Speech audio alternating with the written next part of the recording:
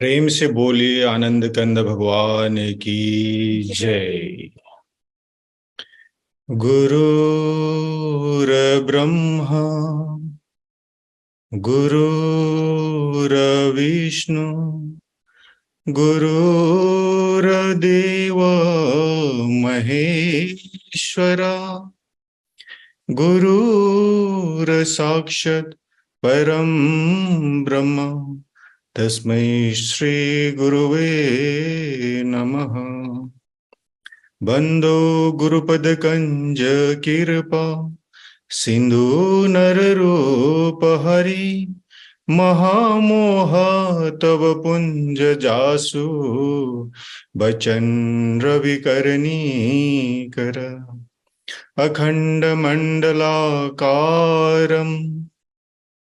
व्याक्तमेनं चराचरं तत्पदं दर्शितं मेनं तस्मै श्री गुरुवे नमः। प्रेम से बोलिए श्री सद्गुरुदेव महाराज की जय। आदि शक्ति श्री जगजननी माता जी की जय।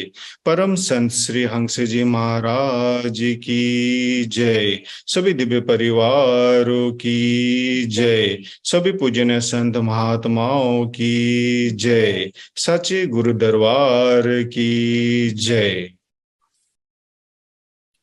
आज के इस यूएई वीकली सत्संग में देश विदेश से जुड़े हुए हमारे पूजनीय संत महात्मागण, प्रेमीगण एवं जिज्ञासु सभी को स्वागत और मेरा सादर जय श्री सच्चिदानंद। हर एक सप्ताह की तरह आज शुक्रवार हम सभी प्रेम भाव से इस जूम के माध्यम से सत्संग में गोता लगाने का एक अवसर मिल रहा है और आप सभी को अवगत है कि हम श्री हंस जी महाराज जी का जयंती, हंस जयंती मना रहे हैं। कल और परसों 12 और 13 नवंबर को दिल्ली में बहुत ही बड़ा सम्मेलन हो रहा है, हंस जयंती कार्यक्रम हो रहा है। उसका अभी आपने बैनर भी देख लिया। इस कार्यक्रम का लाइव वेबकास्ट भी होगा। हमारे जितने भी मानव धर्म के सोशल मीडिया प्लेटफॉर्म हैं उसमें से ये प्रसारण होगा। आप उस कार्यक्रम का भी आनंद ले सकते हैं। तो चलिए आज के इस वीकली सत्संग को आरंभ करते हैं एक गुरु वंदना से।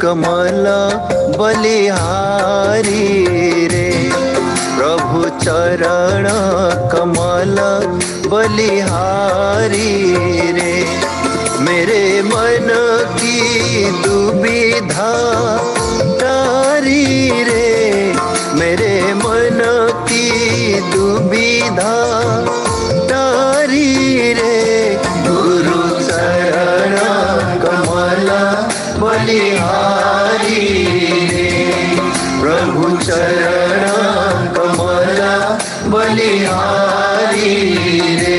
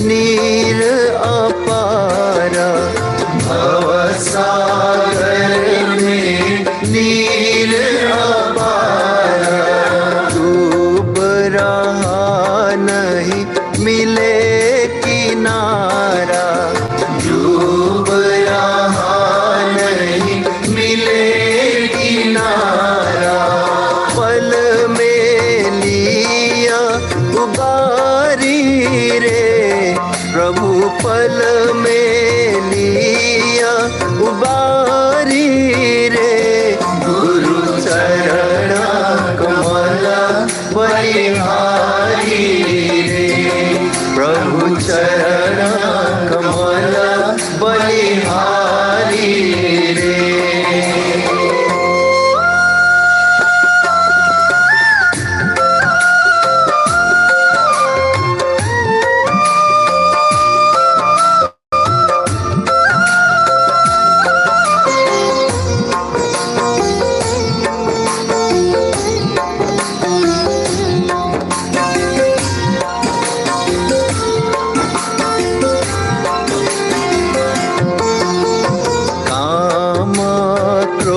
मद लोभ लुटेरे, काम क्रोध मद लोभ लुटेरे, जन्म जन्म के बैरी मेरे, जन्म जन्म के बैरी मेरे, सबको दीन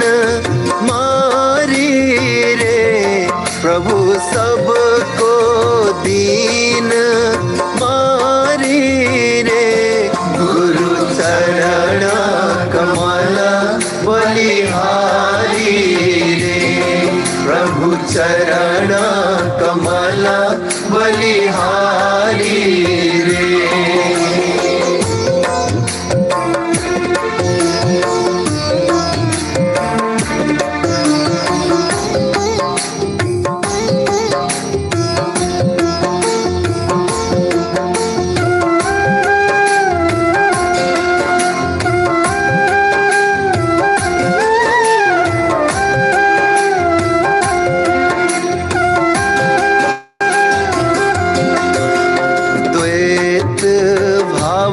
सब दूर कराया, द्वैत भाव सब दूर कराया, पुराण ब्रह्मा एक दर्शाया, पुराण ब्रह्मा एक दर्शाया, घट घट ज्योत निहारी रे, प्रभु घट घट ज्योत निहारी रे, गुरु चरण कमल बलिहारी रे, प्रभु चरण कमल बलिहारी रे।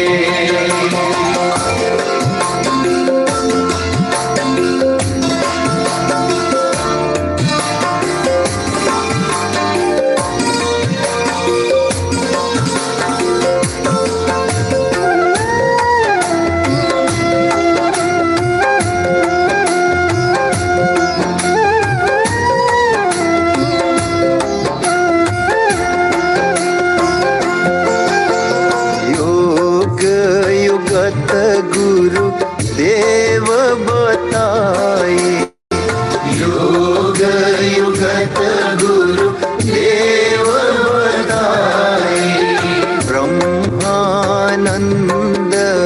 शांति मन आए, ब्रह्मानंद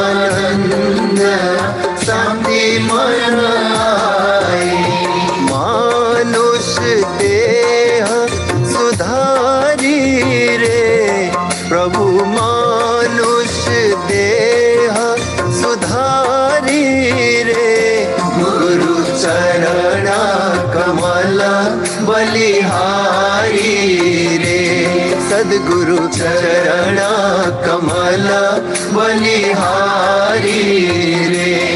मेरे मन की दुविधा डारी रे, मेरे मन की दुविधा डारी रे, गुरु चरण कमल बलिहारी रे, प्रभु चरण कमल बलिहारी रे, गुरु चरण कमल बलिहारी रे।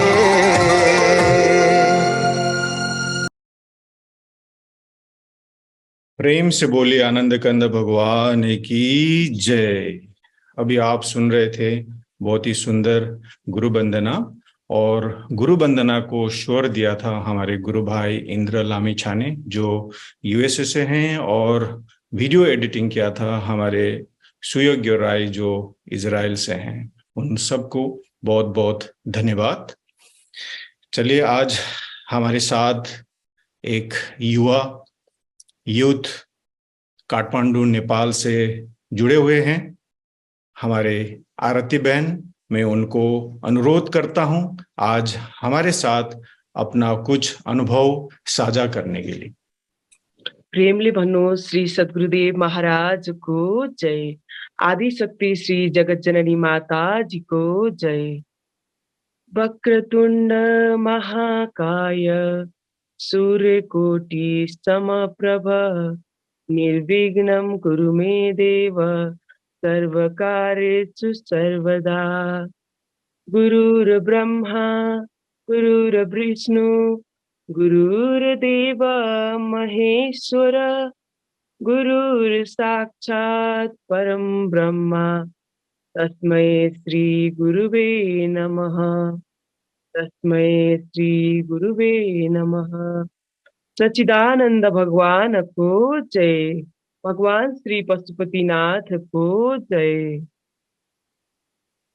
परमपिता परमात्मा ज्ञानदाता इष्टदेव श्री गुरु महाराज जी, उपस्थित पूजनीय भाई जी, एवं आज के इस मानव धर्म दुबई द्वारा आयोजित साप्ताहिक वर्चुअल जूम सत्संग में उपस्थित संपूर्ण प्रेमी भक्तगण, सर्वप्रथम यहाँ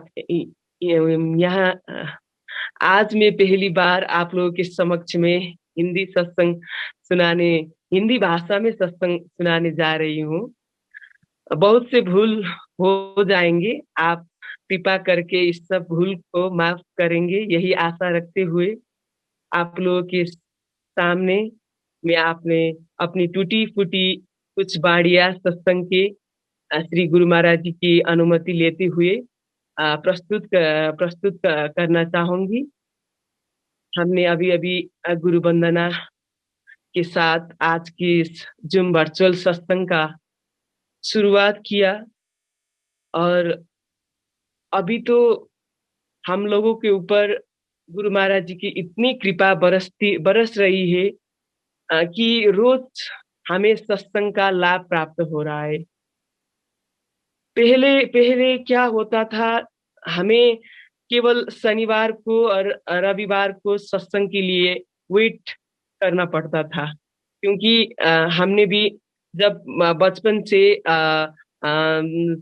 इस संस्था में जुड़े, गुरु महाराज जी की इस अभियान में जुड़े, तभी से हमने भी शनिवार ही सत्संग सुनने के लिए हम जाते थे।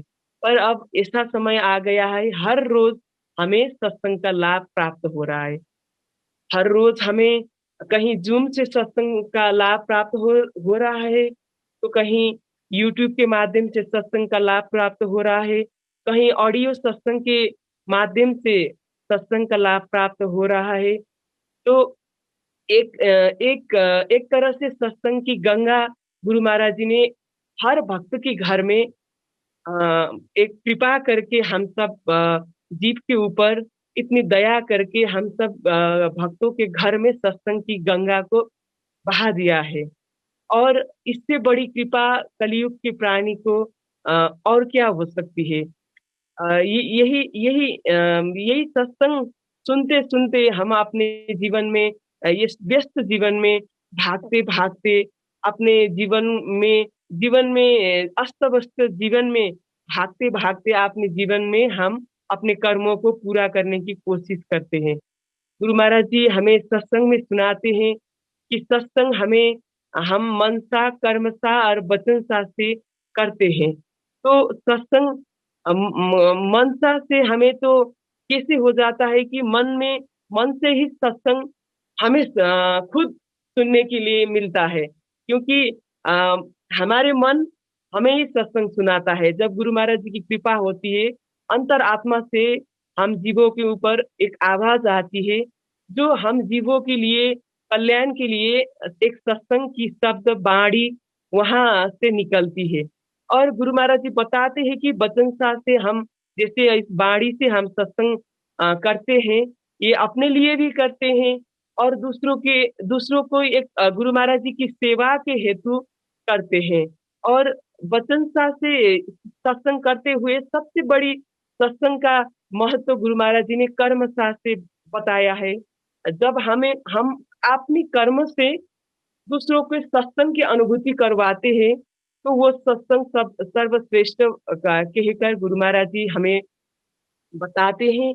और कर्म से सत्संग करना हम कलयुग के प्राणी को इतना सहज तो नहीं होगा, फिर भी हम अपने कर्मों से दूसरों को इस ज्ञान मार्ग में जोड़ने के लिए इस सत्संग में उनका मन लगे, इसमें प्रेरणा देने के लिए हम अपने कर्मों से उन्हें कुछ ना कुछ प्रेरणा दे सकते हैं, ये कहकर गुरु महाराज जी हमें समझाते हैं। और कर्म से अपने सत्संग को बाहर प्रस्तुत करना सबसे उत्तम सत्संग सुनाने का और प्रेरणा देने का एक माध्यम है कहकर गुरु महाराज जी हमें हमेशा प्रेरणा देते हैं। और ये बड़ी सौभाग्य की बात है कि हमें हर तरह से मनसा कर्मसा और वचनसा से सत्संग सुनाने का सौभाग्य गुरु महाराज जी हमें देते रहते हैं, इस अवसर को प्रदान करते रहते हैं। इस संसार में इस अस्त व्यस्त संसार में, इस भ्रमित संसार में रहते हुए अगर गुरु महाराज जी हमें ये सभी माध्यमों से वो अपने सेवा में हमें ना जोड़ते तो हम भी ज्ञान तो लेकर सिर्फ बैठ जाते होते। पर गुरु महाराज जी की कृपा है, आज हमें उनकी दया से हर तरह की सेवा से सत्संग से हर तरह से कहीं ना कहीं अपने आप को अपने आत्मा का कल्याण करना और दूसरों को प्रेरणा देने का एक मौका गुरु महाराज जी दे रहे हैं।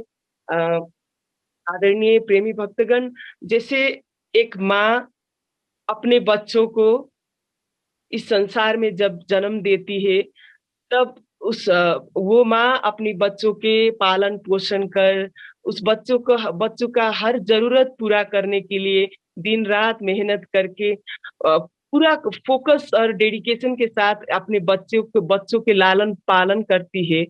ऐसे ही गुरु महाराज जी, जब हम गुरु महाराज जी के संपर्क में आते हैं, गुरु महाराज जी वैसे ही हमें इस संसार में वो अपने उंगली हमें पकड़ने के एक माध्यम से हमें वो एक राह दिखा देते हैं कि हम इस संसार में ना भटके और गुरु महाराज जी के चरणों से दूर ना हो।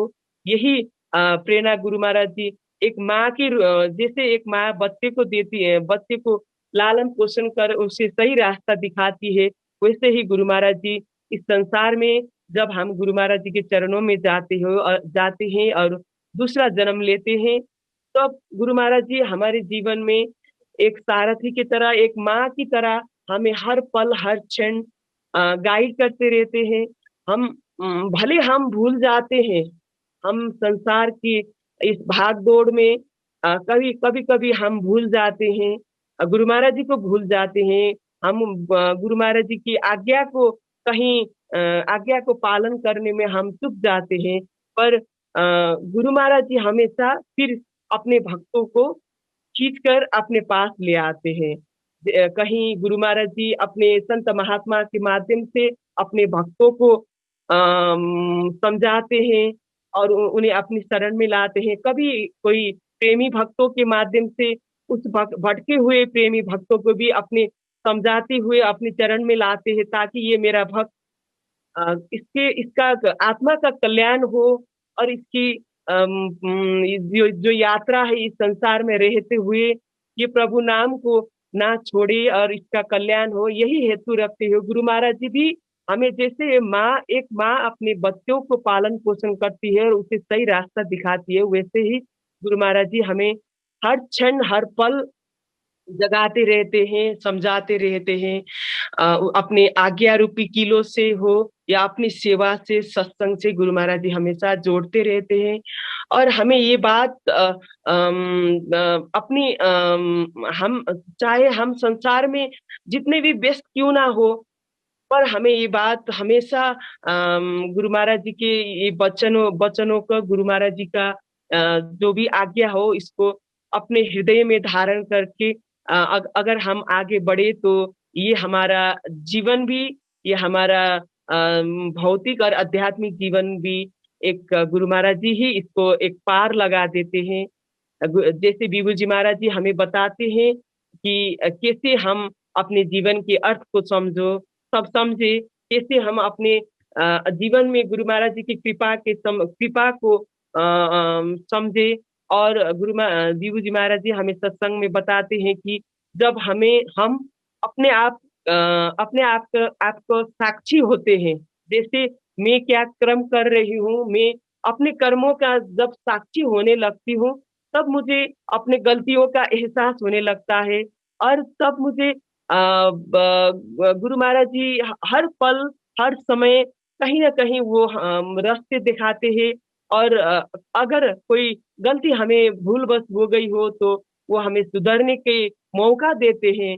हम परफेक्ट तो नहीं है इस संसार में, हम गलती हमसे हो जाती है, पर गुरु महाराज जी हमें हर गलती से शिक्षा लेने की एक प्रेरणा देते हैं जब हम अपने जीवन के साक्षी बनने की कोशिश करते हैं।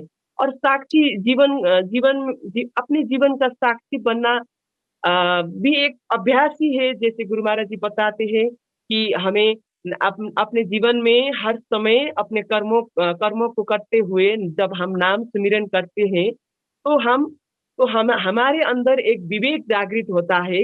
वो विवेक हमें अपने कर्मों का साक्षी होने के लिए एक प्रेरणा देता है। इसीलिए जब हम अपने जीवन में अपने आप ही साक्षी होने लगते हैं, तब हमें महसूस होता है कि तब हमें महसूस होने लगता है कि हमारे जीवन में क्या क्या कमी कमजोरियां है। और जब कोई दूसरा भी हमारी कमी कमजोरियों का हमारे भक्ति मार्ग में जो कमी कमजोरियां है, जो दूसरे भी अगर कोई बता दे तो हम इसे सहज ग्रहण कर सकते हैं। अगर हम अपने जीवन के साक्षी होने के प्रयास ही नहीं करेंगे तो कहीं ना कहीं हमारे जीवन में एक अधूरापन सा रह जाता है। जिससे मुझे लगता है मैं भी आपको अब बाणी में बोल रही हूँ, पर मैं भी प्रयास ही कर रही हूँ। हमें भी प्रयास करने में इतने सहज तो नहीं होगा हम सबको, क्योंकि साक्षी बनने का मतलब गुरु महाराज जी के उस ज्ञान में, उस गुरु महाराज जी के चरणों में एक फोकस, एक डेडिकेशन के साथ जब हम आगे बढ़ते हैं, तभी शायद वो पूर्ण साक्षी जब हम जीवन में होते हैं तभी वो हमें शायद प्राप्त होता है। पर हमें कोशिश जरूर करना चाहिए इस भागदौड़ के जीवन में।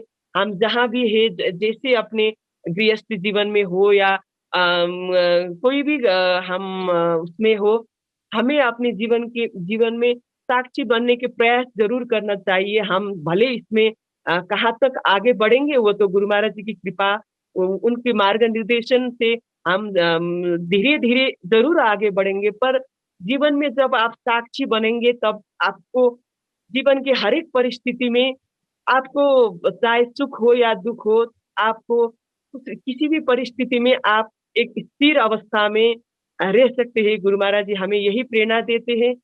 और प्रेमी भक्तगण संत महात्मा जी भी हमें यही अनुभव अपने सत्संग विचारों से सुनाते हैं कि जब हम एक पूर्ण समर्पण के साथ गुरु महाराज जी ने जो ज्ञान दिया हुआ है उसमें समर्पित होकर उसका ध्यान साधना करके आगे बढ़ेंगे, तभी एक जीवन में अपने जीवन का साक्षी होने का एक अवसर हम उस लाभ से उस लाभ से हम वंचित नहीं हो पाएंगे। इसलिए हर समय गुरु महाराज जी के चरणों की याद करते हुए, उनके आज्ञा का पालन करते हुए हम आगे बढ़ सके गुरु महाराज जी के चरणों से में हम यही निवेदन भी करते हैं। और आप सभी आज इस वर्चुअल जूम सत्संग में अब पूजनीय बाई जी के सत्संग विचार सुनने के लिए भी उपस्थित है। मैं आज आप लोगों के सामने केवल एक प्रयास कर रही थी कि वैसे ही मुझे सत्संग सुनाने की इतनी आदत भी नहीं है, और हिंदी भाषा में तो मैं पहली बार एक कोशिश कर रही हूँ। हम नेपाली भाषा में जो नेपाली भाषा जो बोलते हैं, और उनको हिंदी भाषा सुनने में जितना सहज है शायद बोलने में इतना सहज नहीं है। ये भी एक अभ्यास की बात है। पर एक कोशिश है, कोशिश समझकर मैंने गुरु महाराज जी की एक आज्ञा समझकर एक हमें भी सत्संग सुनने की एक गुरु महाराज जी मौका दे रहे हैं। इसी यही समझकर आज इस वर्चुअल सत्संग में आप लोगों के सामने जुड़ने का एक मौका गुरु महाराज जी ने दिया, और आकाश भैया ने इस अवसर में इस अवसर को हमें जोड़ा। आप सभी को हार्दिक धन्यवाद देते हुए अब मैं आप लोगों के सामने में अपनी बाड़ी को विश्राम देते हुए आप लोगों के सामने से ओझल होती हूँ। सदगुरुदेव महाराज को जय। आदिशक्ति श्री जगत जननी माता जी को जय। प्रेम से बोलिए श्री सद्गुरुदेव महाराज जी की जय। परम संत श्री हंस जी महाराज जी की जय। अभी सुन रहे थे हमारे युवा गुरु बहन आरती बहन द्वारा बहुत ही सुंदर सत्संग। उनका पहली बार हिंदी में सत्संग था, लेकिन बहुत ही अच्छा था, और नेक्स्ट टाइम भी आप आएंगे तो और अच्छा सुनाएंगे, ये पूरी आशा है हमें। तो बहुत बहुत धन्यवाद आपको। चलिए अभी एक भजन होगा। भजन के लिए मैं आपको ले चलता हूँ अलीगढ़ उत्तर प्रदेश। हमारे गुरु बहन मीनाक्षी जी को मैं अनुरोध करता हूँ एक सुंदर भजन प्रस्तुत करने के लिए। प्रेम से बोलिए श्री सद्गुरुदेव महाराज की जय। आदिशक्ति जगत जननी श्री माता जी की जय। पूजनीय संत महात्माओं की जय। आप सभी को मेरा सादर जय श्री सच्चिदानंद। पूजनीय बाई जी महात्मा जी के चरणों में मेरा चरण वंदन। प्रेम से बोलिए सद्गुरुदेव महाराज की जय। थोड़ा ध्यान लगा सतगुरु दौड़े दौड़े आएंगे। थोड़ा ध्यान लगा, थोड़ा ध्यान लगा सतगुरु दौड़े दौड़े आएंगे। तुझे गले से लगाएंगे। थोड़ा ध्यान लगा सतगुरु दौड़े दौड़े आएंगे। थोड़ा ध्यान लगा। अखियां मन की खोल, अखियां मन की खोल, तुझको दर्शन वो कराएंगे। अखियां मन की खोल, अखियां मन की खोल, तुझे दर्शन वो कराएंगे। तुझे गले से लगाएंगे। थोड़ा ध्यान लगा सतगुरु दौड़े दौड़े आएंगे। थोड़ा ध्यान लगा। है राम रमैया वो, है कृष्ण कन्हैया वो, वही मेरा ईश है। ओ है राम रमैया वो, है कृष्ण कन्हैया वो, वही मेरा ईश है। सत्कर्म राहों पर चलना सिखाते जो, वही जगदीश है। ओ प्रेम से पुकार, प्रेम से पुकार, तेरे पापों को जलाएंगे, प्रेम से पुकार, प्रेम से पुकार, तेरे पापों को जलाएंगे, तुझे दर्शन वो कराएंगे। थोड़ा ध्यान लगा, सतगुरु दौड़े दौड़े आएंगे, थोड़ा ध्यान लगा। कृपा की छाया में बैठाएंगे तुमको, कहाँ तुम जाओगे। कृपा की छाया में बैठाएंगे तुमको, कहाँ तुम जाओगे। उनकी दया दृष्टि तुम पर पड़ेगी तो तुम भव तर जाओगे। ओ ऐसा है विश्वास, ऐसा है विश्वास, मन में जोत वो जलाएंगे। ऐसा है विश्वास, ऐसा है विश्वास, मन में जोत वो जलाएंगे, तुझ गले से लगाएंगे। थोड़ा ध्यान लगा, सतगुरु दौड़े दौड़े आएंगे, थोड़ा ध्यान लगा। मुनियों ने ऋषियों ने गुरु शिष्य महिमा का किया गुण गान है। ओ गुरुओं मुनियों ने ऋषियों ने गुरु शिष्य महिमा का किया गुण गान है।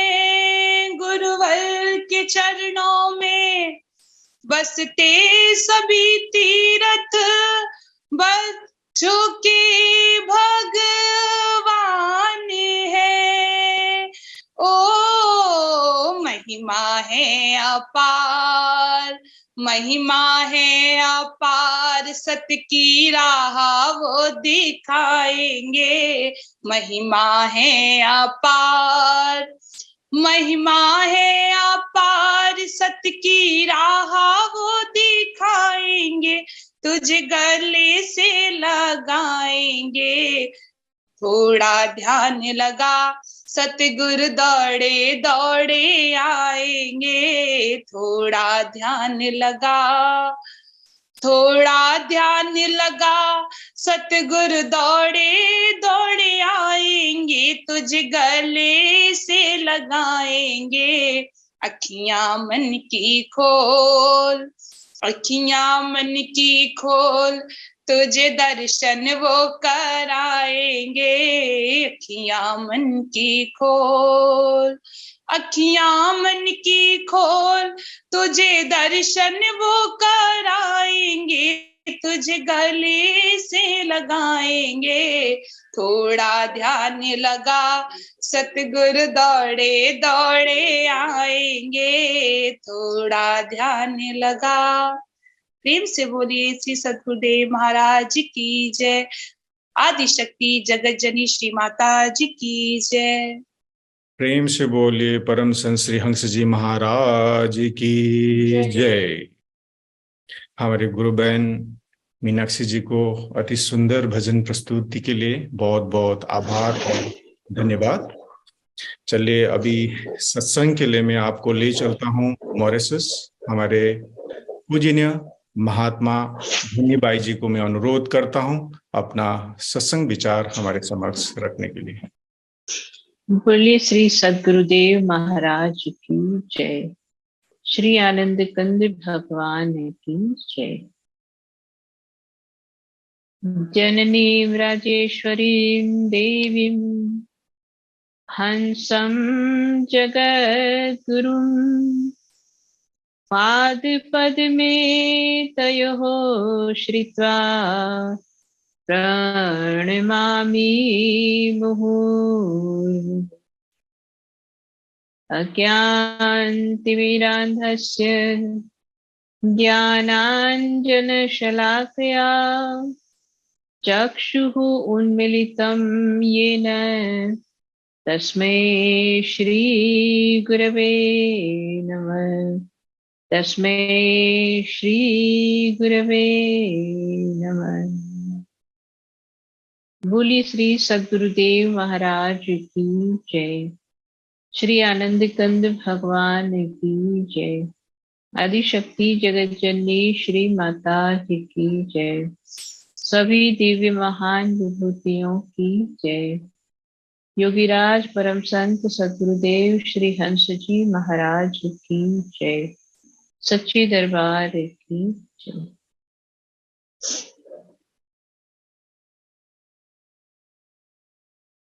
श्री गुरु महाराज जी के चरण सरोज की सत्य छाया में हम और आप सब भजन सत्संग से आनंद प्राप्त कर रहे हैं। और जैसा कि हम सब जानते हैं, नवंबर का महीना शुरू होते ही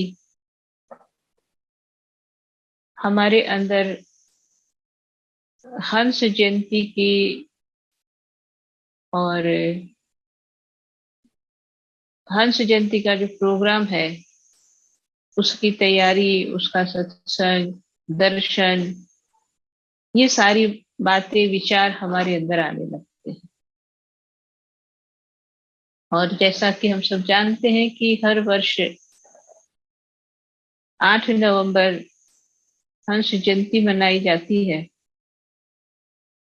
और 2 दिन का हंस जयंती का प्रोग्राम इस वर्ष 12 और 13 नवंबर यानी कल और परसों 2 दिन मनाया जाएगा। जो पंडवाला में, दिल्ली में हमारा आश्रम है, वहां पर ये प्रोग्राम होने जा रहा है। और जब हम हंस जयंती की बात करते हैं, हम हंस जी महाराज जी के जीवनी को याद करते हैं। और जैसा कि थोड़ी बहुत बातें आप सबने सुनी भी होगी कि सन 1900 में 8 नवंबर को हंस जी महाराज जी का अवतार इस संसार में हुआ। और बाल्यकाल से ही उनके अंदर विलक्षण प्रतिभा थी। जैसा कि हम पढ़ते हैं उनके बारे में कि छोटी सी अवस्था में ही उनको नाद सुनाई देता था, अपने अंदर प्रकाश के दर्शन होते थे। और जो अपने आश्रम की एक जो बुक है, ग्रंथ है अमृत के कलश, उसमें हम पढ़ते हैं कि हंस जी महाराज जी ने स्वयं ये कहा कि उनके गांव में एक मंदिर था और अपनी माता के साथ जब वो मंदिर में जाते थे तो कहते हैं कि वो उनको साक्षात वहां पर शिव जी के दर्शन भी होते थे। और ये बात स्वयं उन्होंने कही है, हंस जी महाराज जी ने। तो ये जो अलग अलग रूप में उनकी जो हम बातें सुनते हैं, और जैसा हम और भी आगे सुनते हैं उनके बचपन की ही बातों में कि जो स्वरूपानंद जी महाराज जी के और शिष्य बने उसके पहले भी उन्होंने अपने जीवन के अंदर ये दिव्य अनुभूतियों को प्राप्त किया। अपने ही गुरु दरबार के जो महात्मा जी, परम पूज्य महात्मा जी सर्वज्ञानंद जी, और उन्होंने ये बात प्रकट की सबके सामने। वो कहते हैं कि जब वो एक बार किसी स्थान पर गए हुए थे और वहां पर हंस जी महाराज जी के बाल्यकाल समय के जो साथी थे, मित्र थे, उनसे उनकी मुलाकात हुई, भेंट हुई। तो वो जो उनके बाल्यकाल के साथी थे, उन्होंने कहा कि वो ऐसा विलक्षण बालक था, ऐसा विलक्षण साथी था, जो हमेशा हंसते हंसाते थे, खुश रहते थे। और कहते हैं कि एक बार हमको कहा कि खेल खेल में कहा कि चलो कहाँ घूमने जाना चाहते हो। तो कहते हैं कि बाल्यकाल में ऐसे ही खेल खेल में अपने साथियों को आंख बंद करके बैठने को बोलते थे और उनको कई अलग अलग शहरों में घुमा के लाते थे। तो वो कहने लगे कि हमको पहले तो ये विश्वास नहीं होता था कि ये कहाँ गए, क्या हुआ। लेकिन वो जब बड़े हुए और कहते जब फौज में भर्ती हुए और विश्व युद्ध के दौरान जब वो पेरिस भी जा करके आए और जब स्थानों को देख करके आए, तब उनको समझ में आया कि ये सब तो मुझे बचपन में मेरे मित्र ने सब कुछ अपने आंखों को बंद करा करके सब दिखाया था और ये वही है। तो ज्ञान प्राप्ति से पहले ही उनके पास इतनी दिव्य अलौकिक शक्तियां थी, क्योंकि वो अपने आप में एक अवतार थे। और अवतारी पुरुष हमेशा अपनी दिव्य शक्तियों के साथ ही आते हैं, इसीलिए वो अवतारी पुरुष कहे जाते हैं। तो चाहे कितनी दिव्य शक्तियों के साथ वो संसार में आते हैं, लेकिन एक विशेषता इस जो है इसमें हम एक विशेषता को समझ पाते हैं, वो ये है कि चाहे कितनी भी विशेषताओं के, कितने भी दिव्य शक्तियों के साथ आए हो, लेकिन वो अपने जीवन को एक साधारण मनुष्य की ही तरह जीते हैं और हम और आप जैसे मानव के लिए एक आदर्श बनते हैं, एक प्रेरणा मूर्ति बनते हैं। तो हंस जी महाराज जी का जो पूरा जीवन चरित्र हम सुनते हैं, पढ़ते हैं, तो उसमें एक ही बात है जो अच्छी तरह से समझ में आती है और वो ये है कि गुरु भक्ति और समर्पण जो उन्होंने अपने जीवन में किया। और हम और आप जैसे मानवों के लिए एक अपने जीवन का एक उदाहरण हम सबके सामने प्रस्तुत किया। जैसा अभी हम सुन रहे थे, आरती जो बहन हमारी सुना रही थी कि 3 रूप से सत्संग होता है, मनसा, वाचा और कर्मणा। मतलब किसी भी बात को 3 रूप में समझी जाती है, मन से, वचन से और कर्म से। मनसा, वाचा और कर्मणा। तो एक होता है कि आप बोल करके किसी को कुछ कहते हो और एक होता है करके बताते हो। तो बोली हुई बात भूल सकते हैं, बोल करके सुनाई वही बात लोग भूल सकते हैं, लेकिन जो देखा है, खुद उनके कर्मों को अनुभव किया है, वो मानव नहीं भूलते हैं। इसीलिए अपने संदेश को देने का सबसे श्रेष्ठ तरीका होता है अपने कर्मों से संदेश देना। वाणी के द्वारा दिया गया संदेश भी अपने आप में महत्व रखता है, लेकिन कर्म से दिया गया संदेश अपने आप में सबसे श्रेष्ठ होता है। तो हंस जी महाराज जी सत्संग तो करते थे, अपनी वाणी के माध्यम से, वचनों से तो सत्संग सुनाते थे, लेकिन उनका जीवन जो था वो अपने आप में एक प्रेरणा देने वाला सत्संग ही था।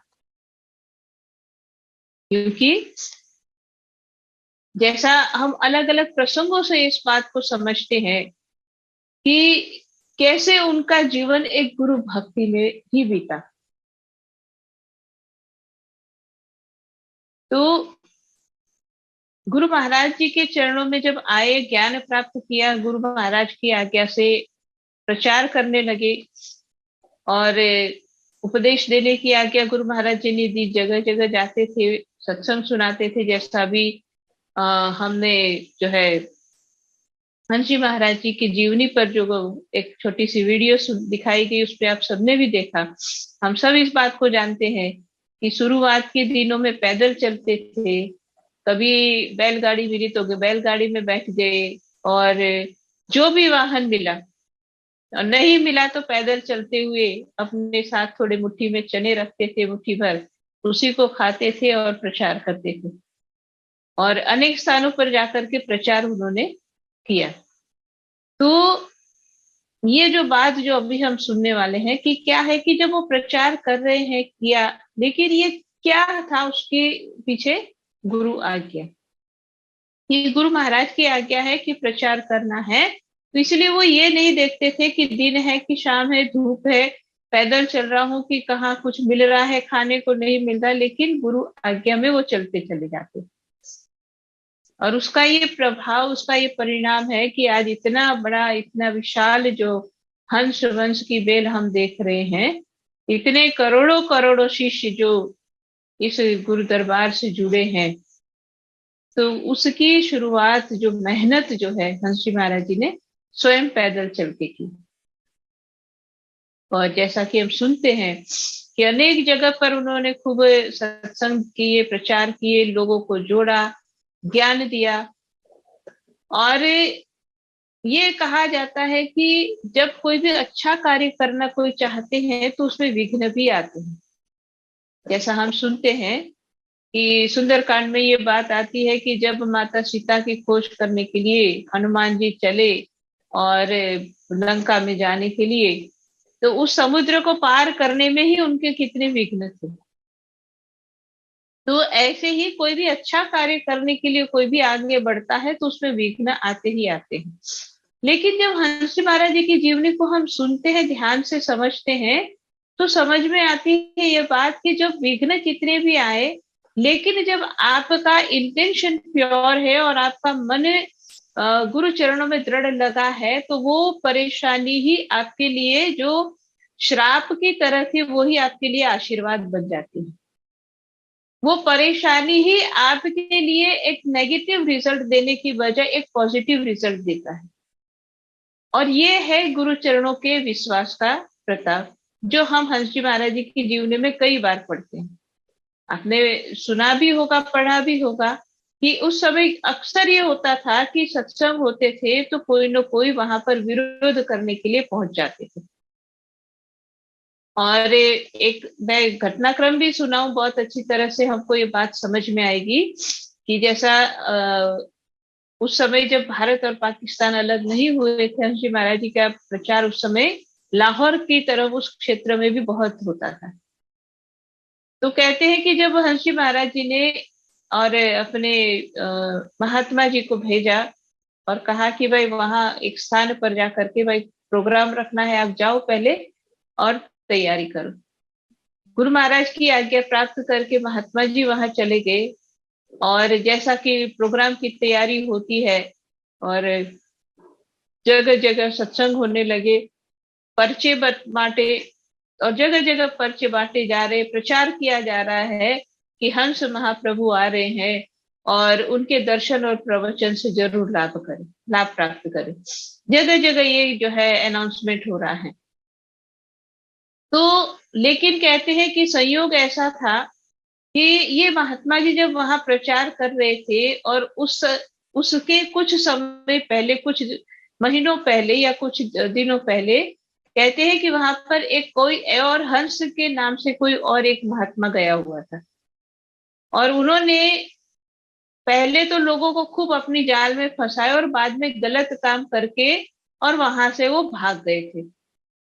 अब जैसे उस क्षेत्र के लोगों ने सुना कि भाई हंस आ रहा है, तो कहते हैं कि प्रचार तो करने वाले महात्मा जी ने अपनी तरफ से जो भी प्रचार किया, लेकिन वहां पर इतना गलत प्रचार हुआ कि सावधान हो जाओ, दोबारा वो हंस आ रहा है और इस बार वो उड़ना नहीं चाहिए, उड़ने ना पाए, इस बार वो आएगा उसको हम पक्का फंसाएंगे। क्योंकि वहां लोगों को ये लग रहा था कि जो पहले गलत काम करके चला गया वो दोबारा आ रहा है। और यहाँ महात्मा जी प्रचार कर रहे हैं कि हमारे हंस जी महाराज जी आ रहे हैं और उनके प्रवचन और सत्संग और दर्शन से लाभ प्राप्त करो। तो उसके बाद कहते हैं कि जो समय निश्चित था जिस दिन महाराज जी वहां पर पहुंचे, हंस जी महाराज जी, और कहते इतनी ज्यादा भीड़ थी और इसीलिए थी कि अब आया है हंस तो उसको हम उड़ने नहीं देंगे। लेकिन जब लोग वहां पर आए और हंस जी महाराज जी का दर्शन किए तो सब आश्चर्यचकित हो गए कि ये क्या है, ये तो वो नहीं है। और जब सारी बात सामने आई तो उसके बाद कहते हैं कि हंस जी महाराज जी ने और सत्संग में भी लोगों को ये बात सुनाई, समझाई और कहा कि देखो, गलत काम करने वाला तो गलत होता है, लेकिन सत्य और गलत का पहचान करना भी एक इंसान को आना चाहिए, क्योंकि भगवान ने बुद्धि सबको दी है। तो कहने का मतलब कि जो एक नेगेटिव इफेक्ट हो रही थी, नेगेटिव बात चल रही थी कि भाई ये कैसे भी करके उसको हमें परेशान करना है, लेकिन जितना भी नेगेटिव प्रचार किया गया फाइनली वो पॉजिटिव हुआ, क्योंकि सबने बैठ करके फिर सत्संग को सुना। और ऐसे ही हम कितनी घटनाओं के बारे में सुनते हैं कि कहीं एक स्थान पर इसी तरह से प्रोग्राम होना था और कहते हैं कि दूसरी संस्था वालों ने खूब जो है नेगेटिव प्रचार किया कि जो है ये जो भी वो बोल रहे थे, लेकिन नेगेटिव प्रचार कर रहे थे और यही संदेश दे रहे थे कि इनके यहाँ किसी को नहीं जाना है। लेकिन कहते जब हंस जी महाराज जी वहां गए और प्रोग्राम हुआ तो इतनी भीड़ आई, इतनी भीड़ आई। तो कहते हैं कि बाद में जो नेगेटिव बोल रहे थे वो भी वहां पर आए और वो भी जो है शरणागत हुए। तो बाकी लोगों को तो बड़ा ये हुआ कि भाई ये तो इतना बुरा बोलते हैं, और महाराज जी ने उनको क्षमा कर दिया। महाराज जी ने कहा कि भाई बात ये है, हंस जी महाराज जी ने कहा कि आपसे ज्यादा तो इन लोगों ने मेरा प्रचार किया। आप तो सिर्फ ये कह के प्रचार कर रहे थे और इतना जोश में भी प्रचार नहीं कर रहे थे कि हमारे गुरु महाराज आ रहे हैं, जरूर आना।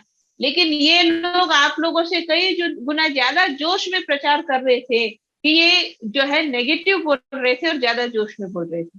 तो चाहे किसी भी रूप में, लेकिन उन्होंने मेरा ही तो प्रचार किया, नेगेटिव भी किया लेकिन मेरा ही तो प्रचार किया। तो हंस जी महाराज जी ने उनको भी अपनी शरण में रख लिया।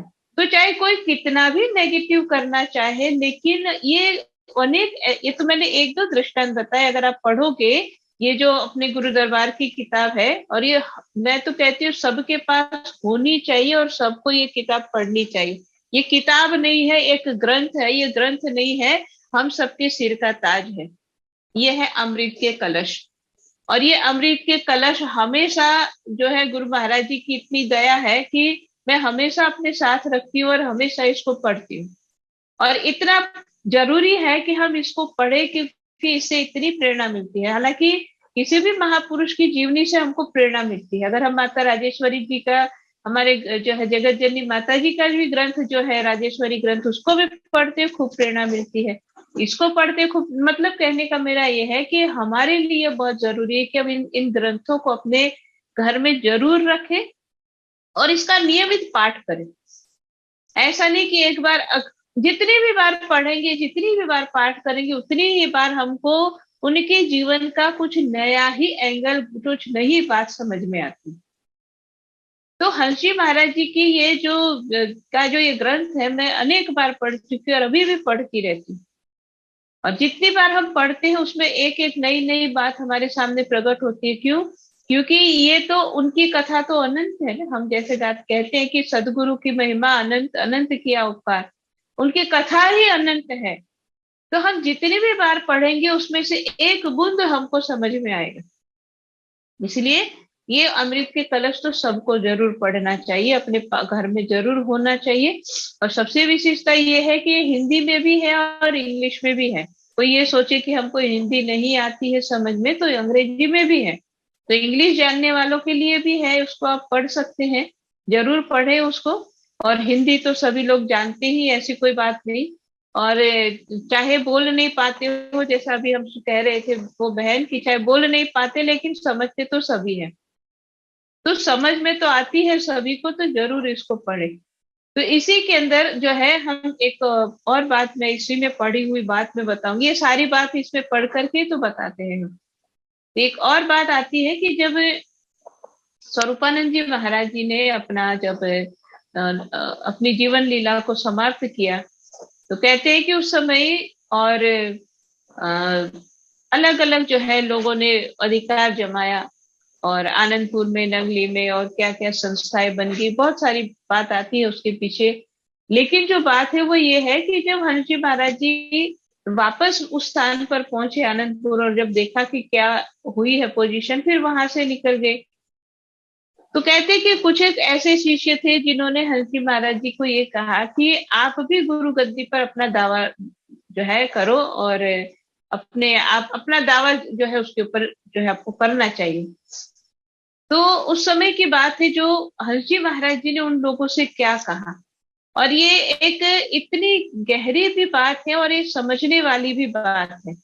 ये बात क्या कही उन्होंने, मैं इसमें से आपको पढ़ करके सुनाऊं, अच्छी तरह से समझ में आएगी। हालांकि ऐसे भी बोल सकते हैं, लेकिन इसमें पढ़ेंगे तो अच्छी तरह से पता लगेगा। तो उसमें जब ये बात सामने आई कि स्वरूपानंद जी महाराज के बाद कौन है उनके पद का दावेदार, या कौन किसको गुरु गद्दी मिलनी चाहिए, तो जब ये कहा किसी गुरु भाइयों ने हंस जी महाराज जी कहा कि आपको भी अपने अधिकार के लिए लड़ना चाहिए, तो हंस जी महाराज जी ने कहा कि भाई संसारी लोगों की तरह हम भी लड़ाई करेंगे, हम भी कटहरे में जाएंगे, हम भी कोर्ट केस करेंगे, तो फिर संसारी में और हमारे अंदर फर्क क्या है। लेकिन आगे वो कहते हैं कि मुझे तो गुरु महाराज जी ने नाम का अखंड खजाना दिया है, और उनकी आज्ञा के अनुसार मैं लोगों को बांटता रहूंगा, जितना बांटूंगा उतना ही ये बढ़ता रहेगा। और गुरुवाई कोई मारवाड़ी की दुकान या कोई राजगद्दी तो है नहीं जो चाहे जिसको दे दी जाए, या वोट ले करके और कोई उस पर बैठ जाए।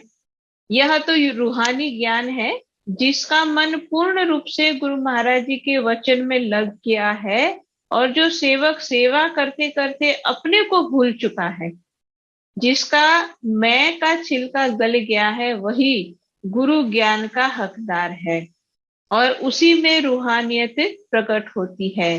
केवल गुरु गद्दी पर बैठने से रूहानियत का कोई हकदार नहीं हो जाता है। और ये बाहरी संपत्ति भले ही अधिकार, बाहरी संपत्ति पर भले ही कोई अधिकार जमा ले, लेकिन जो रूहानी बादशाहत है वो सेवक को ही मिलती है, और जिसकी मति में मिल जाती है, गुरु के मति में जिसकी मति मिल जाती है, और उसी को ही ये रूहानी शक्ति प्राप्त होती है। तो हंस जी महाराज जी ने यही कहा कि भाई हम अध्यात्म का प्रचार करते हैं, और अध्यात्म का नियम क्या है? अध्यात्म का ये नियम यही है कि जितना मिटोगे उतना पाओगे। अध्यात्म क्या सिखाता है? मिटना सिखाता है, अपने आप को समर्पित करना सिखाता है। और इसलिए जो बात उन्होंने कही वो क्या था कि ज्ञान किसके ऊपर प्रकट होता है, ज्ञान किसके अंदर प्रकट होता है। तो दो तीन बात जो कही, एक तो ये कहा कि जिसका मन गुरु महाराज जी के वचनों में लगा हुआ है, और जो सेवा करते करते अपने आप को भूल गए हैं, और जिसका मैं का छिलका निकल गया है। ये तीन बात जिसके अंदर होती है उसी के अंदर ज्ञान प्रकट होता है। और आगे ये भी जो है एक बार सत्संग में उन्होंने कहा, और वो कहते हैं गुरु पूजा के अवसर पर शक्तिनगर जो आश्रम है, हम सब जानते हैं दिल्ली में शक्तिनगर आश्रम जहाँ पर रहते थे हंस जी महाराज जी, यही 2/12 और शक्तिनगर में। तो वहां की बात है कि एक बार गुरु पूजा के अवसर पर और उस आश्रम में, और हंस जी महाराज जी ने ये बात कही, सबको बुला करके ये बात कही कि वैसे तो गुरु महाराज जी की गई थोड़ी बहुत सेवा भी काम आती है। जो भी सेवा हम गुरु दरबार की करते हैं, गुरु की आज्ञा में रह करके गुरु महाराज की जो भी सेवा करते हैं, सेवा कभी निष्फल नहीं जाती है। कहा कि गुरु महाराज की गई थोड़ी बहुत सेवा भी काम आती है, लेकिन पूर्ण ज्ञान तो पूर्ण समर्पण से ही होता है। श्री महाराज जी पूर्ण समर्पण के महत्व को जानते थे, क्योंकि वो स्वयं अपना सब कुछ अपने गुरु को समर्पण कर चुके थे। तो गुरु दरबार की सेवा कभी निष्फल नहीं जाती, हम सब इस बात को जानते हैं, और सेवा का फल मिलता ही मिलता है, ये भी हम सब जानते हैं। लेकिन जो बात हंस जी महाराज जी ने कही वो ये है कि पूर्ण समर्पण के बिना पूर्ण ज्ञान प्राप्त नहीं होता है। इसका अर्थ ये होता है कि ज्ञान कि क्रियाओं को जानना ही ज्ञान पाना नहीं है। जैसे समर्पण करते चले जाएंगे, जैसे मैं का छिलका उतरता चला जाएगा, और जैसे सेवा करते करते हम अपने आप को भूल जाएंगे, तब जाकर के ज्ञान पूर्ण रूप से प्रकट होता है। और तब जाकर के ये क्या है सारी बातें, ये तब समझ में आती है। और इसीलिए जो अभी हमने इसमें पढ़ा कि हंस जी महाराज जी क्योंकि अपना पूर्ण जीवन अपने आप को पूर्ण रूप में समर्पित कर चुके थे गुरु महाराज जी के चरणों में, और इसीलिए गुरु चरणों में मन को लगाते हुए, गुरु आज्ञा में रहते हुए उन्होंने अपना पूरा जीवन बिताया। और इसीलिए अनेक जो है हम ऐसी उनके जीवन चरित्र की बातों को सुनते हैं कि जिसमें ये गुरु भक्ति उनकी जगह जगह प्रकट होती है। और गुरु भक्ति, गुरु के प्रति उनका जो समर्पण, जो उनका जीवन का मंत्र था, और इसी पर उन्होंने अपना पूरा जीवन दिया था। और इसलिए उन्होंने कभी इस बात की तरफ ध्यान नहीं दिया कि कोई मेरे लिए क्या कह रहे हैं, कोई मेरा सम्मान कर रहे हैं, कोई मेरे लिए क्या कर रहे हैं। वो सिर्फ इस बात पर ध्यान देते थे हमेशा कि मैं अपने गुरु की आज्ञा में अपने जीवन को जी रहा हूँ। और चाहे जो है प्रचार के दौरान कितनी भी परेशानी आई हो, कितनी भी तरह का कुछ हुआ हो, जैसा एक और घटना मुझे याद आई, इसी में पड़ी हुई है सारी। तो दिल्ली की ही बात है, जब हंस जी महाराज जी प्रचार करते थे तो कहते हैं कि एक स्थान पर किसी प्रेमी के यहाँ अक्सर जो है सत्संग होते थे। तो वो एक प्रेमी था जिस जहाँ पर, तो कहते हैं और आसपास के भी काफी प्रेमी आते थे, वहां सत्संग होता था। और तो कहते हैं कि उस एरिया के उस जो है गली में उनके वहां रहने वाले और जो लोग थे, शायद उनको चाहे ज्यादा परेशानी नहीं थी, लेकिन जैसा अभी हमने सुना कि हमेशा परेशानी पैदा करने वाले कहीं ना कहीं आते थे। तो कहीं और किसी ने आकर के इन सबको भड़काया कि ये सब क्या हो रहा है, तुम्हारे यहाँ रात रात भर लोग गाते रहते हैं, ये है, बोलने वाले कुछ भी बोल सकते हैं।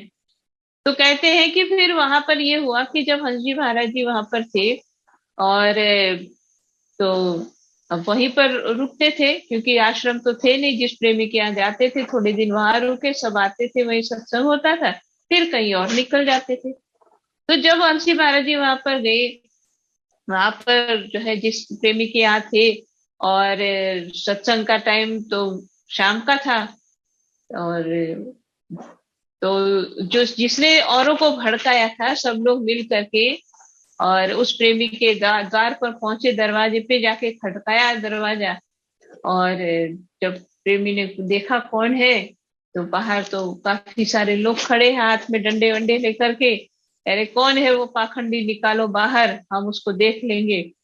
प्रेमी बेचारे डर गए कि ये क्या हो गया, तो फटाफट दरवाजा बंद किया अंदर जाके, और हंस जी महाराज जी को बताया कि प्रभु ये तो ऐसा ऐसा हो रहा है, और ये तो इतने सारे लोग डंडे लेकर के आए हैं, हम क्या करेंगे अभी।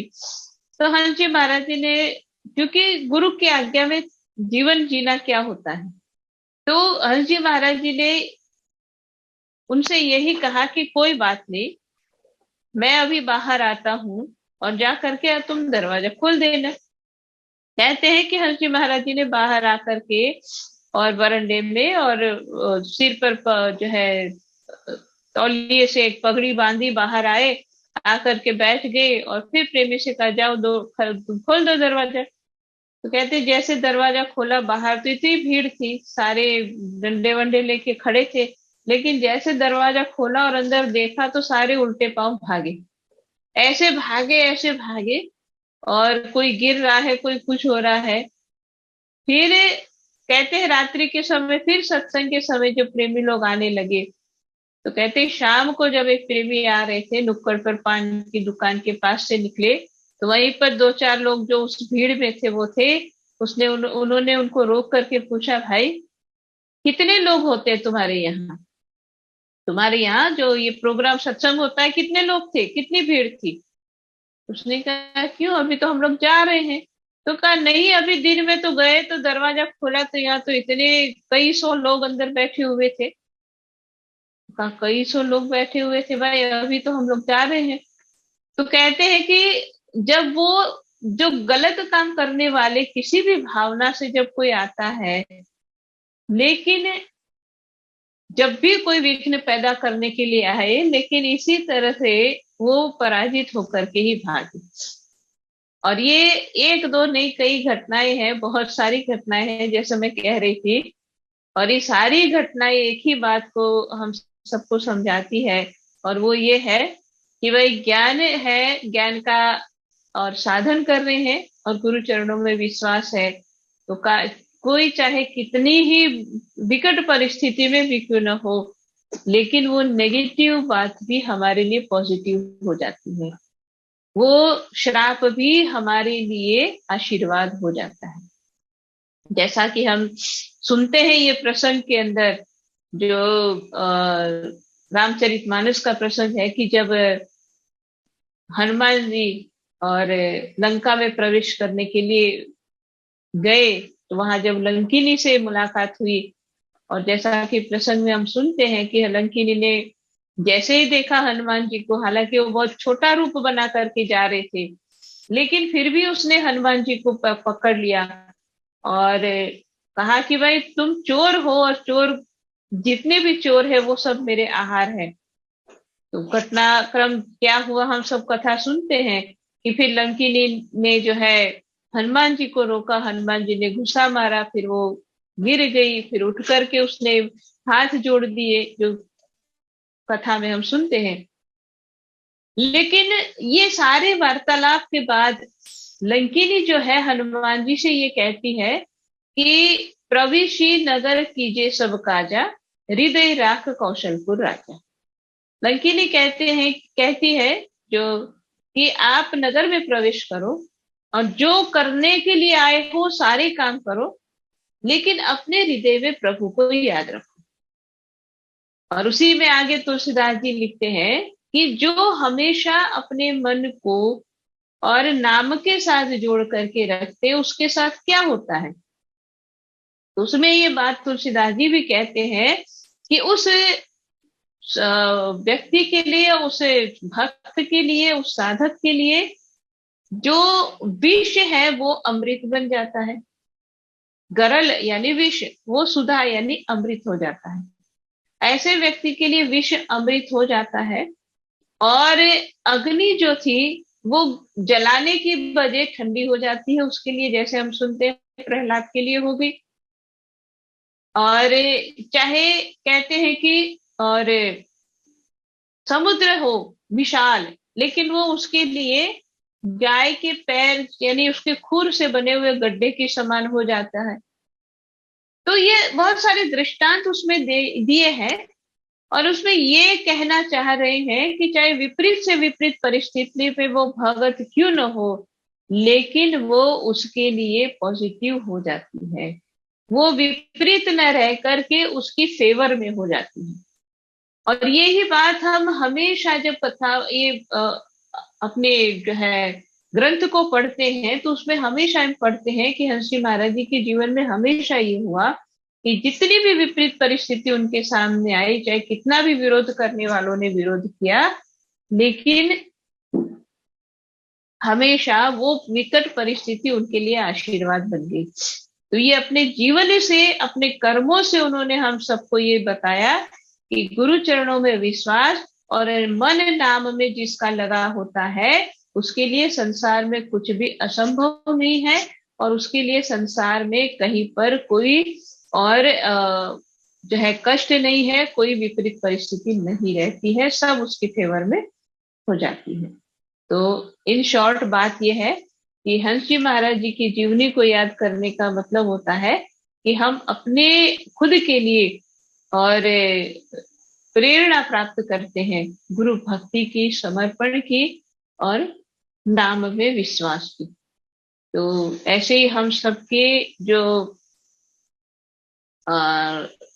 हमारे सबके हृदय के जो राजा है, ऐसे जो हम सब के परम पूजनीय जो है हंस जी महाराज जी की जयंती जब हम मना रहे हैं, तो अवश्य हम सब लोग ये कोशिश करें कि उनके जीवन से हम भी प्रेरणा लें, और उस प्रेरणा को प्राप्त करने के बाद उस राह पर हम चले जिस राह पर वो चले थे। क्योंकि सच्ची जो है, और श्रद्धांजलि कहो या सच्ची सच्चे श्रद्धा सुमन तो यही होते हैं कि हम उनकी राह पर चल के उनको प्रसन्न करें।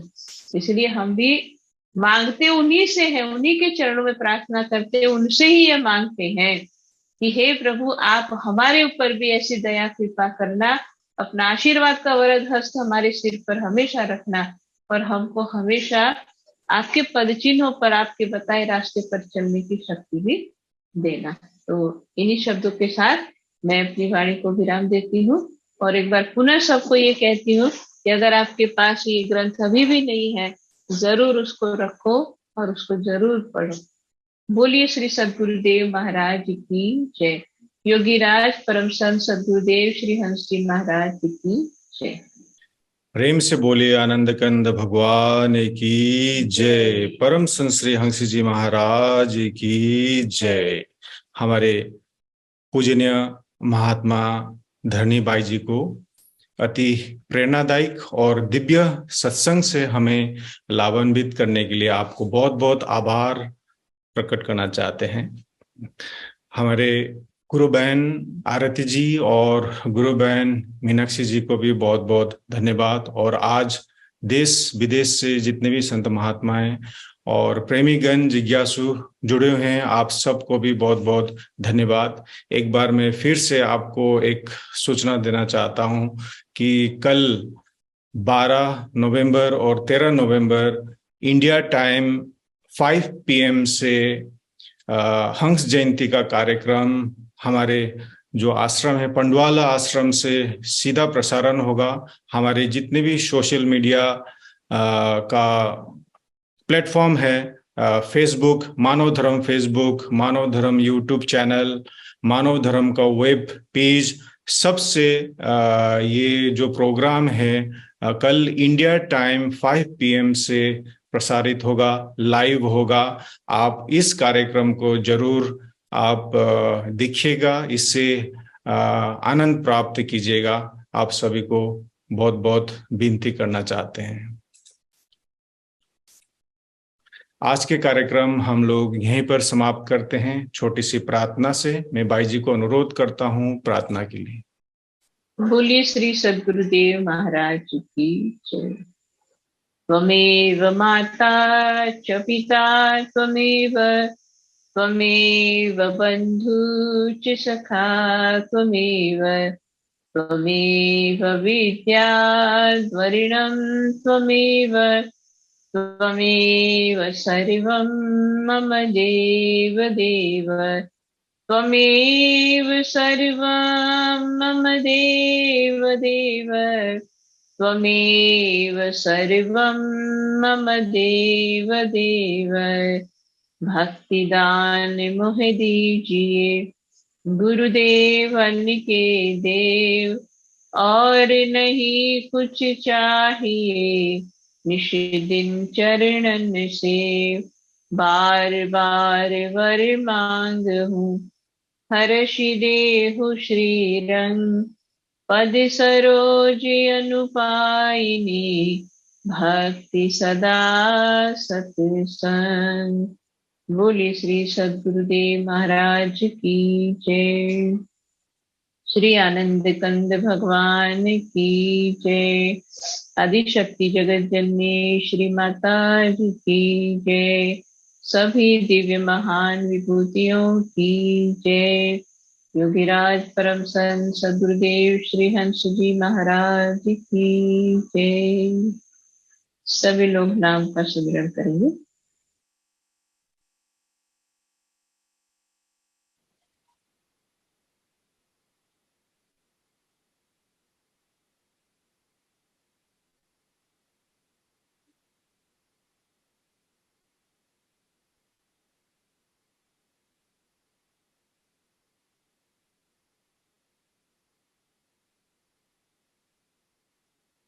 बोलिए श्री सद्गुरुदेव महाराज की जय।